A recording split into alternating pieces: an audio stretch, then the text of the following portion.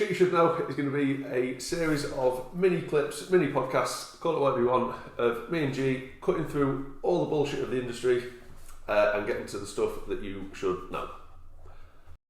So in the first episode, we're going to be talking about what exercise is best for fat loss. So a lot of us will question what will help us achieve our goals, how we're going to get there, and what is worth our time and how to get to it. So what would you say is the best exercise for fat loss? None. So it's probably the most common question. Everyone comes in, everyone thinks they want fat loss. The reality is exercise probably isn't, in general, the best thing for fat loss, although it does have a lot of other benefits that we're going to go into a little bit further in. If someone comes to me and says, what is the best exercise for fat loss, I would personally just say the one that you're going to do the most, the one that you're going to turn up every day and do. If you can do 20-30 minutes of something every day, that's your best exercise for fat loss, because fat loss comes from quite a lot of sort of different daily habits, and it doesn't just come from spending 3 hours in the gym or spending 3 hours a week running or whatever it is you choose to do. So fat loss for me is a lot of habits put into one, rather than just looking at exercise or just looking at diet or just looking at steps. Yeah, that's my because when you're in the gym, you're not actually burning many calories either. So no. 1 hour of a 24-hour day, it's like a competition. How many calories can you burn in that hour? But you can't train like that. It's not sustainable. So not actually focusing on the training session itself, but like you say, everything just that adds up. So if someone did just start a fat loss journey, then where would you say is best to start with training? Again, it's probably the one that they enjoy. Like, obviously, getting in the gym, you've got everything. You can lift weights. Lifting weights has got probably the most sort of bang for your buck, the most benefits long term, the best one overall for me personally. But then, if you don't like going into the gym and you don't like lifting weights, then it's not going to be the best one, because you'll probably last about 4 or 5 weeks, and that'll be that. Yeah. So it is a hard one. For me, so if someone's doing no exercise whatsoever, I would just get them to concentrate on 2 or 3 like daily non-negotiables. Maybe just getting out for a walk or getting out and doing something that they enjoy for 20 or 30 minutes a day. That'd be mine. What would be yours? It depends, like you say. If they're completely new to exercise, and if they say, I don't like exercise, don't like training, but I know I need to do something, and then straight away it would be like, right, let's do resistance training, because like you say, you get a lot of benefits from that, so it's worthwhile doing.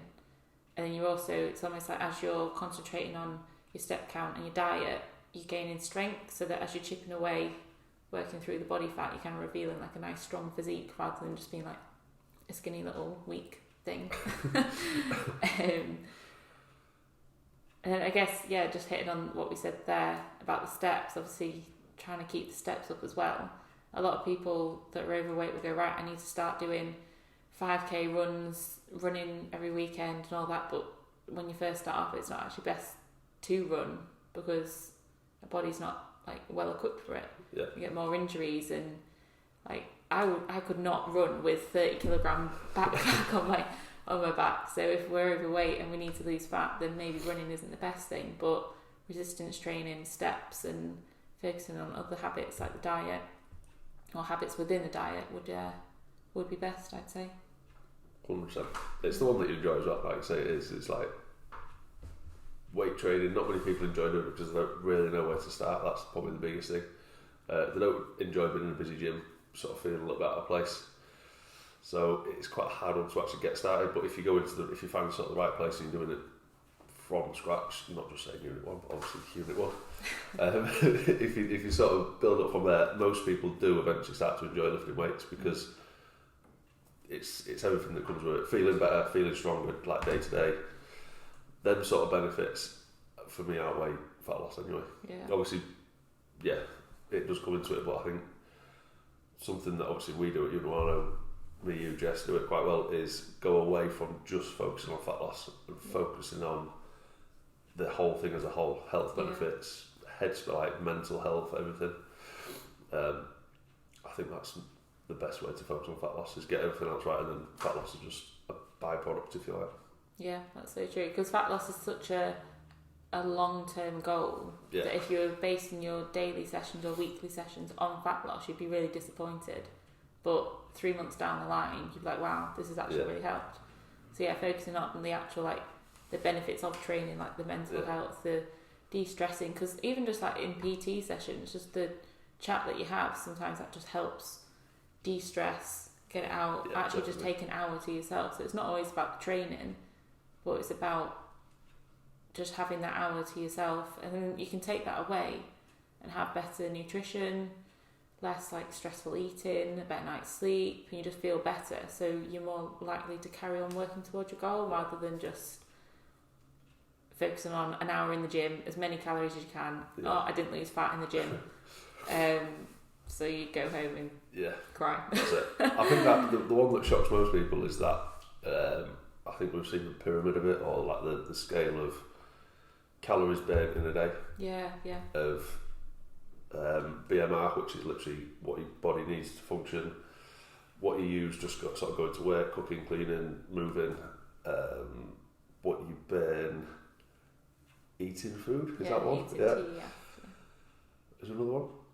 One more? And then the top one, which is about 5%, which is the smallest sort of amount of calories burnt in your day, is exercise. So if, I think, like I said, that one surprises everyone, but that is probably what the main thing to think about. Like, if you're looking at fat loss on its own, then don't focus on exercise, focus on everything else that you're doing throughout the day. Yeah, because like we said at the beginning, it's just 1 hour of the 24-hour day. But like you just said, so it goes BMR, which is all your daily function needs. Like, it'll usually be about 1,000 to 1,200, is it? Yeah, usually for most people, if you're just to lay in bed all day for 24 hours. But then as soon as you start getting up, so it's actually the fidgeting around. So it's the getting up, going to brush your teeth, walking downstairs, however we get to work, walk to work, bike to work, sit in the car, like all the different actions that we take during the day that require movement. Even just sitting down and fidgeting, that still requires movement. So the more movement we can do there, the more calories we can burn. Sorry if we can hear any feet trotting along the ground. That's Mabel coming into the kitchen. So now we've got Mabel at the kitchen. Next bit, I just wanted to ask a question of, if we were lacking time, so say we only had 60 minutes, would we prioritise steps, or would you prioritise steps, or would you prioritise getting a workout in? If you was asking me personally, it would be a workout. But I work in a gym, spend most of the day in the gym, I own a gym, and I know that workout's going to make me feel better in my head more than anything. For someone else, I'd go back to what you enjoy, what's good, what you're going to get the most out of. So are you going to feel better for going to the gym and getting 30-minute workout in? Are you going to feel better for getting out and just having 30 minutes switch off, walk? Are you going to feel better for a run? I'd go with that one. Yeah. But if someone sort of, if I was a client asking me which one should I do, just go with one that you want to do and you feel the best at the time. It might change day to day, it might change every week, but always just go with the one that's going to make you feel the best. Yeah. And then maybe, again, just look at them daily habits more than anything else. What about you? I agree. I think depending on the goals as well, it's if someone's starting out and they don't really like going for walks, don't really like running, don't really like training, and you've got an hour, what is the best thing to do?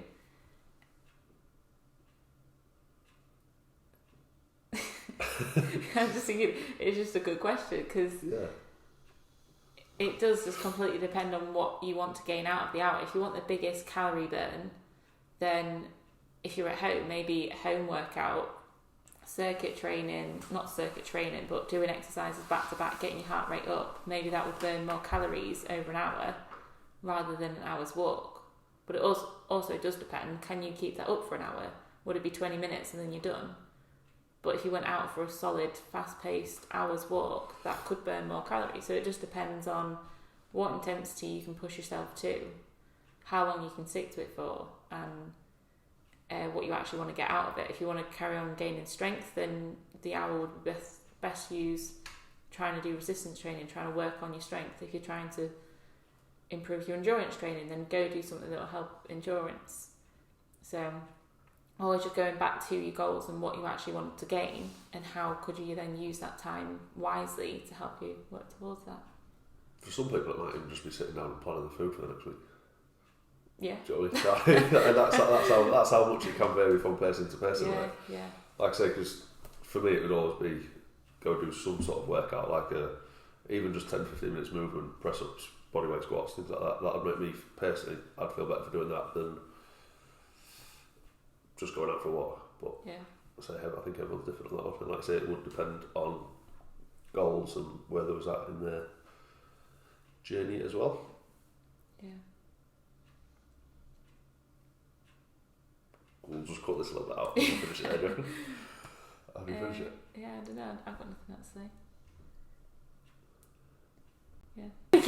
One thing we've not planned is how to finish it, so I think we'll probably wrap it up there. If you do have any questions or anything, please get in touch. Email us, drop us a message on social media.